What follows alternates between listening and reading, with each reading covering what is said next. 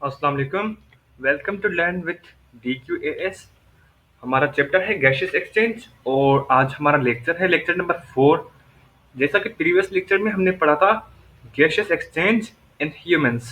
Humans में gaseous exchange जिसमें हमने लंग्स और पूरा जो गैशियस एक्सचेंज सिस्टम होता है ऑक्सीजन लेने से लंग्स में जाने तक और उसके बाद ऑक्सीजन जैसे ट्रांसपोर्ट होती है लंग्स से एल्विलाई से ब्लड की तरफ और ओवरव्यू हमने इसका किया था। और उसके बाद एनाटॉमी ऑफ रेस्पिरेटरी सिस्टम भी हमने किया था जिसमें हमने नॉस्ट्रल्स और लैरिंक्स, उसके बाद ट्रेकिया, फेरेंक्स और ब्रोंकाई, ब्रोंक्यूल्स, लंग्स, एल्विलाई, पूरा हमने रेस्पिरेटरी सिस्टम की एनाटॉमी पढ़ी थी। और उसके बाद हमने स्ट्रक्चर ऑफ लंग्स की थी जिसमें हमने पिल्लोरल मेम्ब्रेन देखी थी। और उसके बाद हमने एल्विलाई पढ़ा था। Alveoli are basic unit of lungs और रेस्पिरेटरी सरफेस एरिया भी एल्विलाई ही होती हैं। उसके बाद हमने एयर पैसेज भी पढ़ा था जिसमें हमने ट्रेकिया किया था, नॉस्ट्रल्स की थी और उसके बाद ब्रोंकाई, ब्रोंक्यूल्स भी इसी में शामिल थी।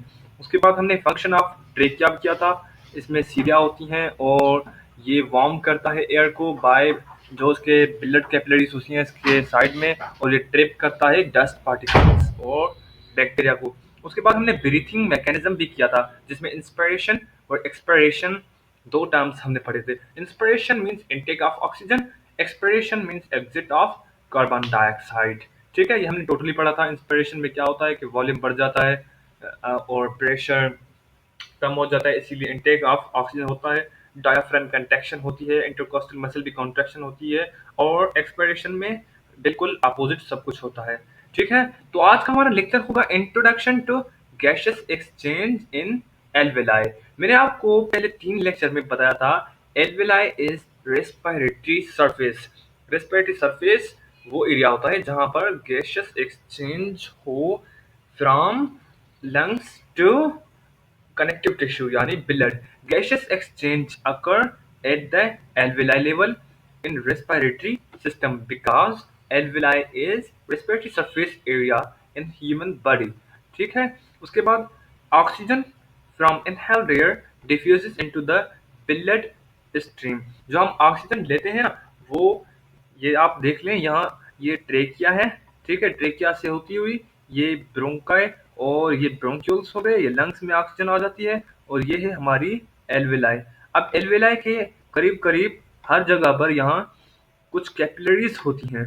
ठीक है, अब मैंने आपको कल बताया था कि alveoli single cell layered membrane होती है एल्वेलाई को, और वहां से होती भी वो थिन है मेम्ब्रेन, तो फिर ऑक्सीजन जो ट्रांसपोर्ट होती है वो इजीली हो जाती है into blood, while carbon dioxide diffuses from blood stream into the alveoli. और यहाँ कैपिलरीज में जो कार्बन डाइऑक्साइड होता है वो डिफ्यूज हो जाता है इनटू एल्वेलाई। ठीक है, ये एल्वेलाई छोटे छोटे बेसिक यूनिट होते हैं लंग्स में। और उसके बाद this exchange is facilitated by thin walls of both alveoli and the capillaries. ये जो गैसेस एक्सचेंज होती है from lungs basic unit alveoli to capillaries, ये इन दोनों की जो थिन वॉल्स होती हैं उन्हीं के ही मरहूने मिन्नत होती है, अलोइंग फॉर एफिशिएंट डिफ्यूजन। अब हमने रेस्पिरेटरी सरफेस पढ़ा था और उसकी प्रॉपर्टीज भी पढ़ी थी। रेस्पिरेटरी सरफेस एरिया तो एल्वेलाई है लंग्स में, और उसकी प्रॉपर्टीज में हमने देखा था कि इसका एक तो सरफेस एरिया बड़ा होना चाहिए और बेसिक बेसिक प्रॉपर्टी ये है कि इसकी वॉल्स थिन होनी चाहिए। ठीक है, ये बार बार आ रहा है कि वॉल थिन इसीलिए क्योंकि अलोइंग फॉर एफिशिएंट डिफ्यूजन, जैसे गैस इजीली पास हो सके। ठीक है, तो उसके बाद हम पढ़ते हैं composition of inspired and expired air. जो हम सांस लेते हैं तो जो हवा हमारे मुंह के या नाक के जरिए से लंग्स में जाती है उसे हम कहते हैं इंस्पायर्ड। ठीक है, और जो हम अपने मुंह के जरिए से हवा बाहर छोड़ते हैं मतलब या नाक के जरिए से फ्रॉम लंग्स, उसे हम कहते हैं एक्सपायर्ड एयर। ठीक है, तो उसकी हम कंपोजिशन पढ़ेंगे, मतलब उसमें कितने परसेंट कौन सी चीज शामिल होती है। पहले पहले कॉलम में है कंपोनेंट्स और सेकंड कॉलम में इंस्पायर्ड एयर और थर्ड कॉलम में एक्सपायर्ड एयर। इंस्पायर्ड, ठीक है। अब ये जो कंपोनेंट्स हैं टोटली, ये एयर में शामिल होते हैं, और इंस्पायर्ड ये जो परसेंटेज लिखे हुए हैं, ये वही परसेंटेज है जो हम इनटेक करते हैं और ये हम एग्जिट करते हैं। तो पहला पहला है ऑक्सीजन। ऑक्सीजन जो हम नॉर्मली एयर इनटेक करते हैं उसमें होती है 21%। तो जैसे ही वो अंदर जाती है लंग्स में, तो अल्वेलाई से ऑक्सीजन की ट्रांसपोर्ट होती है इनटू ब्लड। देन जब कार्बन डाइऑक्साइड वापस आता है और एयर वापस आती है, तो उसी में ऑक्सीजन 16% रह जाती है, ठीक है, क्योंकि कंप्लीट ऑक्सीजन डिफ्यूजन नहीं होती। और उसके बाद होता है carbon dioxide. Carbon dioxide normally तो हमारे सराउंडिंग में 0.03% होती है, लेकिन हमारे लंग्स में ब्लड स्ट्रीम टू लंग्स हमने देखा था कि कार्बन डाइऑक्साइड ट्रांसपोर्ट होती है, तो इसीलिए जब एयर एक्सपायर्ड होती है तो उसी में अबाउट 4% कार्बन डाइऑक्साइड होती है। उसके बाद नाइट्रोजन। नाइट्रोजन हमारे लंग्स में जैसे जाती है ऐसे ही वापस आ जाती है, ठीक है, क्योंकि उसकी हमें ज़रूरत नहीं, ना ही रेस्पिरेशन में ना ही किसी और चीज़ में। तो उसके बाद वाटर वेपर। वाटर वेपर जो हम इंस्पायर्ड एयर है उसमें वेरिएबल होता है, लेकिन एक्सपायर्ड में सेचुरेटेड होता है। उसके बाद टेम्परेचर। जो हम इंस्पायर्ड एयर होती है उसमें एटमॉस्फेरिक टेम्परेचर नॉर्मल टेम्परेचर होता है, और एक्सपायर्ड में 37 डिग्री होता है, ठीक है। ये थी composition of inspired air and expired air. इसमें दो चीजें इंपॉर्टेंट हैं, एक है ऑक्सीजन और दूसरा है कार्बन डाइऑक्साइड। अब ये देखिए, हम जो इंस्पायर्ड एयर यानी जो एयर हम ले रहे हैं उसमें ऑक्सीजन 21% है, यानी हाई क्वांटिटी में है, और जो हम वापस एयर छोड़ रहे हैं उसी में ऑक्सीजन 16% है, मीन्स 5% ऑक्सीजन हमारी ट्रांसपोर्ट हो गई फ्रॉम लंग्स टू ब्लड, ठीक है। और कार्बन डाइऑक्साइड जो हम इनटेक कर रहे हैं यानी इंस्पायर कर रहे हैं, सॉरी इनटेक नहीं होगा, इंस्पायर कर रहे हैं उसी में 0.03%, और जो हम एक्सपायर कर रहे हैं उसी में अबाउट 4% होगा। तो तकरीबन ये होता है 3.97% कार्बन डाइऑक्साइड ज़्यादा मिकदार में, मतलब जितना हम ले रहे हैं उसी से ज़्यादा हम एक्सपायर कर रहे हैं, और ऑक्सीजन हम 5% तकरीबन कम एक्सपायर कर रहे हैं बिनस्बत लेने की, क्योंकि हम 21% लेते हैं और 16% एक्सपायर करते हैं। और अगर इन दोनों में कंपैरिजन किया जाए ऑक्सीजन और कार्बन डाइऑक्साइड में, तो हम ऑक्सीजन ज़्यादा ले रहे हैं हर इंस्पायरेशन एंड एक्सपायरेशन में। तो 5% क्योंकि हम ऑक्सीजन लेते हैं और 3.97% कार्बन डाइऑक्साइड वापस छोड़ रहे हैं, ठीक है। चलो उसे छोड़ो, आगे चलते हैं। Demonstration of carbon dioxide presence. अब हमारे पास अगर कोई लिक्विड है तो कैसे पता चले कि, या मतलब कोई गैस है तो गैस में हमें कैसे पता चले कि उसमें कार्बन डाइऑक्साइड प्रेजेंट है या नहीं, क्योंकि कार्बन डाइऑक्साइड गैसियस फॉर्म में होता है, ठीक है। तो carbon dioxide can be detected, यानी हम कार्बन डाइऑक्साइड को डिटेक्ट करते हैं through use of lime water. अब ये लाइम वाटर क्या होता है? लाइम वाटर एक सेचुरेटेड सोल्यूशन होती है कैल्शियम हाइड्रो ऑक्साइड, ठीक है। कैल्शियम हाइड्रोक्साइड को मिलाकर पानी में उसकी सेचुरेटेड एक पूरी सी सेचुरेटेड सोल्यूशन बनाते हैं जिसे हम लाइम वाटर कहते हैं।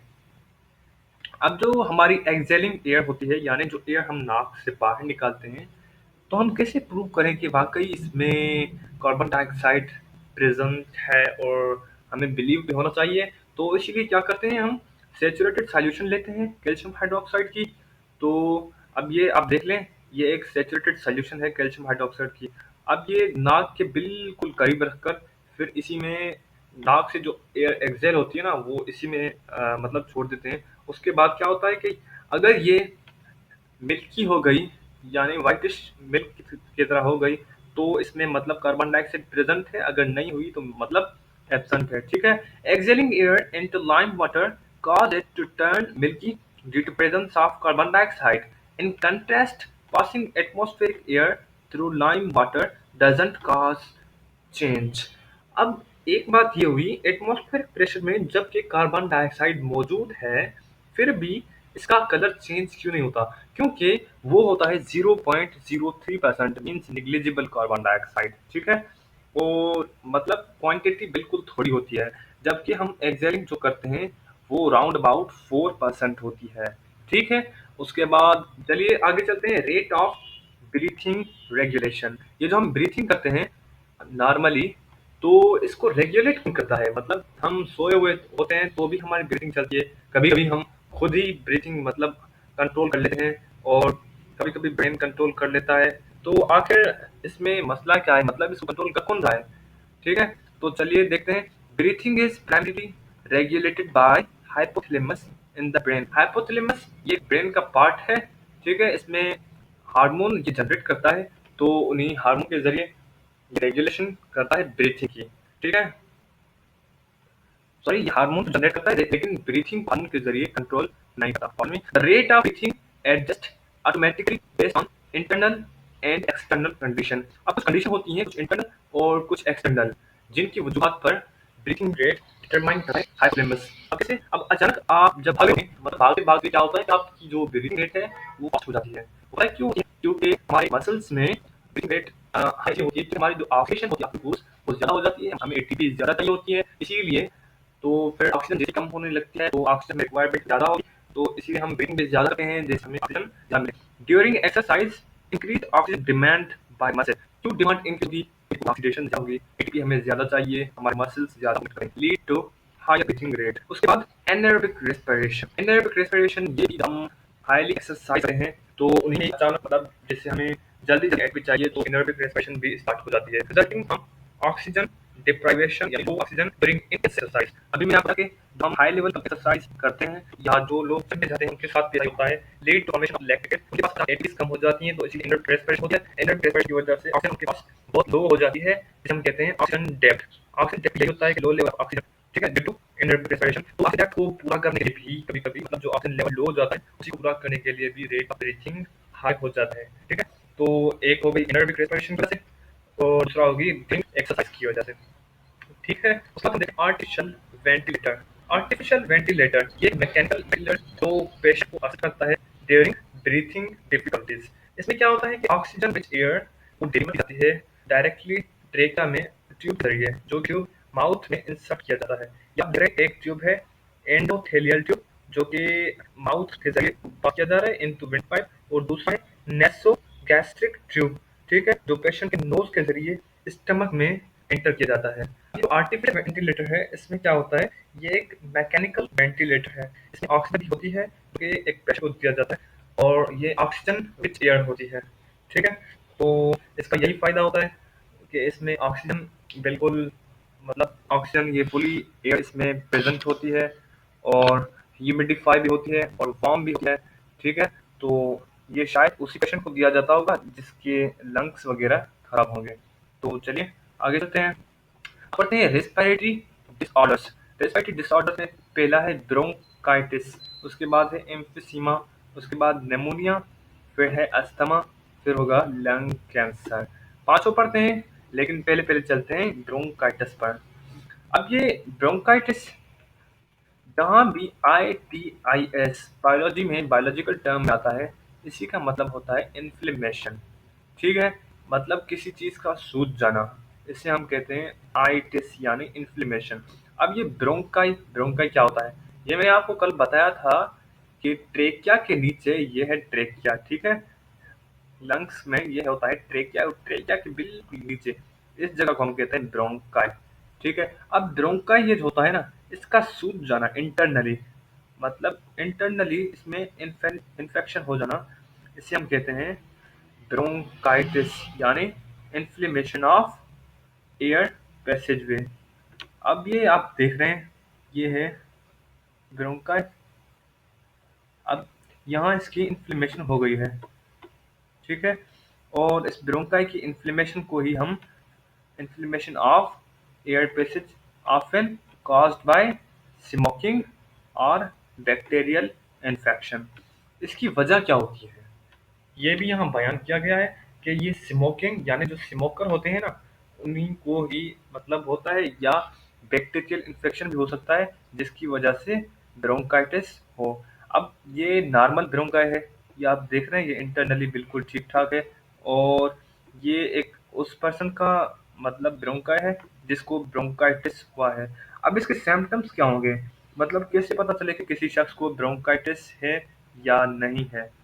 तो इसके सिम्टम्स में पहले पहले कफ यानी खांसी का होना, और उसके बाद increase mucus production, internally mucus जो होती है ना, मतलब म्यूकस एक स्लिपरी फ्लूइड होता है जो इनसाइड ऑफ ट्रेकिया होता है। शॉर्टनेस ऑफ ब्रीथ, ठीक है, यानी जो हम ब्रीथ लेते हैं ना, वो जल्दी जल्दी थोड़ा थोड़ा, मतलब शॉर्टनेस, मतलब जो हवा हम लेते हैं उसका थोड़ा थोड़ा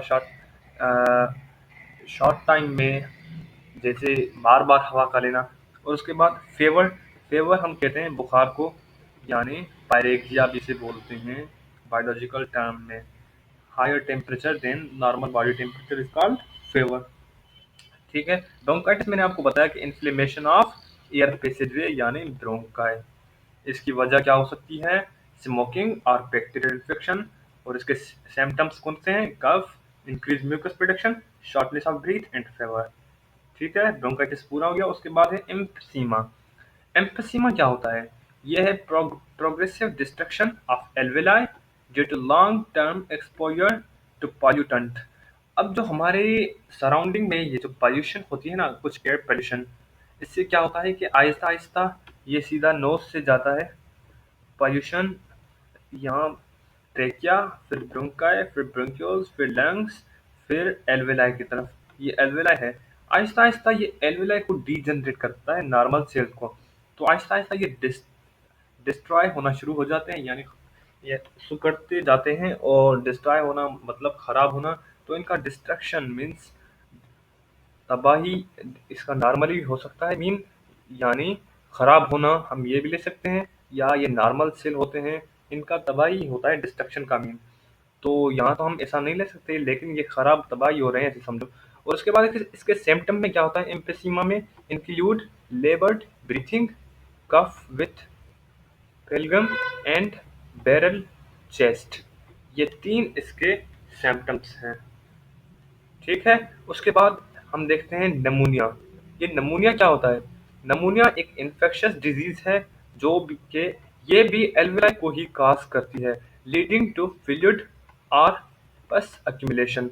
ये एल्वेलाई में कुछ गंदगी होती है, जैसे पस, पस कहते हैं वाइट वाइट, जैसे आपने देखा होगा कभी हाथ पर कुछ, मतलब एक खराब किस्म का मादा जमा हो जाता है, जिसे हम पस कहते हैं। चोट लगने के बाद एक खराब किस्म का टाइप का वाइट वाइट मैटर होता है जो कि जिस जगह पर चोट लगती है वहां पर जमा हो जाता है। अक्यूमुलेशन मीन्स जमा हो जाना, एक फ्लूइड टाइप का, तो उसे हम पस कहते हैं। एल्वेलाई को भी कुछ अफेक्शन की वजह से, मतलब कुछ इन्फेक्शस होता है, पार्टिकल को इन्फेक्ट पार्टिकल या बैक्टीरिया आ जाता है वगैरह, इसी वजह से वहीं पर ऐसा कुछ खराब मादा वाइट वाइट की तरह प्रोड्यूस हो जाता है, जिससे इसकी वजह से नमूनिया काज होता है।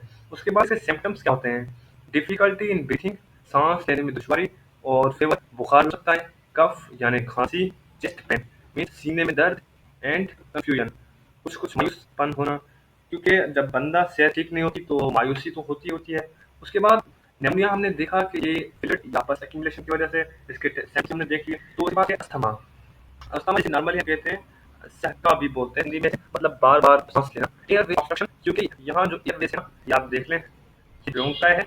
अब ये नॉर्मल ब्रोंकाई और ये अस्थमा वाला पेशेंट है, इसका जो डायमीटर है वो नापा बड़ा है और इसका छोटा है। अब डायमीटर डिफरेंस की वजह से क्या है कि नॉर्मल पर्सन इजीली एयर लेता है, और जिसको अस्थमा को बार बार एयर लेने में ऑक्सीजन पूरी मिल सके। तो air obstruction causing breathing difficulty triggered by allergy और इरिटेंट, कुछ इरिटेंट होते हैं जो प्रेजेंट होते हैं। सिम्पटम्स इंक्लूड शॉर्ट ब्रीथ, बार बार सांस, चेस्ट पेन, सीने में दर्द, ब्रीथिंग, कफिंग, खांसी एंड टाइटनेस ऑफ चेस्ट और सीने दर्द, ठीक है। उसके बाद है लंग कैंसर। ये फाइनली एक बहुत ही खराब बीमारी है जिसे हम कहते हैं लंग कैंसर, यानी फेफड़ों का कैंसर। एसोसिएटेड विद स्मोकिंग, जो स्मोक हजरात होते हैं उनको ज्यादा होता है वहाँ पे, और एक्सपोजर टू एयर पोल्यूशन, या जहाँ फैक्ट्री से ज्यादा जहाँ पर काम होती है वहाँ पर भी इसके चांसेस ज्यादा होते हैं। इसके साथ में कफ विद खांसी में घूमना, उसके बाद शॉर्ट ब्रीथ, बार बार सांस का वेट, यानी बड़ी थकावट महसूस करना, बॉन पे जो हड्डियों में दर्द एंड हॉटनेस, ठीक है। तो आधा ये चैप्टर बहुत एक दोनों हो गए, ठीक है। तो आज हमने एक रिकैप करें। पहले हमने कहा introduction gaseous exchange, alveoli, alveoli में गैसियस एक्सचेंज होती है, ये पढ़ा। उसके बाद कंपोजिशन ऑफ इंस्पायर्ड एक्सटीरियर, ठीक है, ऑक्सीजन और कार्बन डाइऑक्साइड मैंने बता दिया है। उसके बाद जनरेशन ऑफ आए हम बात करें कैल्शियम हाइड्रोक्साइड, ऑफ इंग्लिश के हाथ में, उसके बाद पार्टिकल बैक्टीरिया इसके लंग्स खराब होते हैं, उसके बाद इंस्पायर्ड डिसऑर्डर जैसे हमने ब्रोंकाइटिस इंक्लूजन ऑफ के पेसिस, उसके बाद नेक्स्ट पढ़ा जो कि प्रोग्रेसिव स्टेज ऑफ एल्वेलाई हो गया, डिफॉल्ट, उसके बाद पढ़ा जो कि डिजीज अफेक्टिंग एल्वेलाई, फिर कुछ भी इंफेक्शन होती है जो एल्वेलाई उसकी वजह से एल्वेलाई फिर और बस वाले के बाद था जो कि इन्फेक्शन पॉइंट आपका नॉस्ट्रिल से लेकर घुस तक ये उसी के ही ऑब्स्ट्रक्शन मतलब रुकावट होती है। उसके बाद हमारा lung cancer aspect with smoking are expect to ठीक है। अब इजाजत है क्या?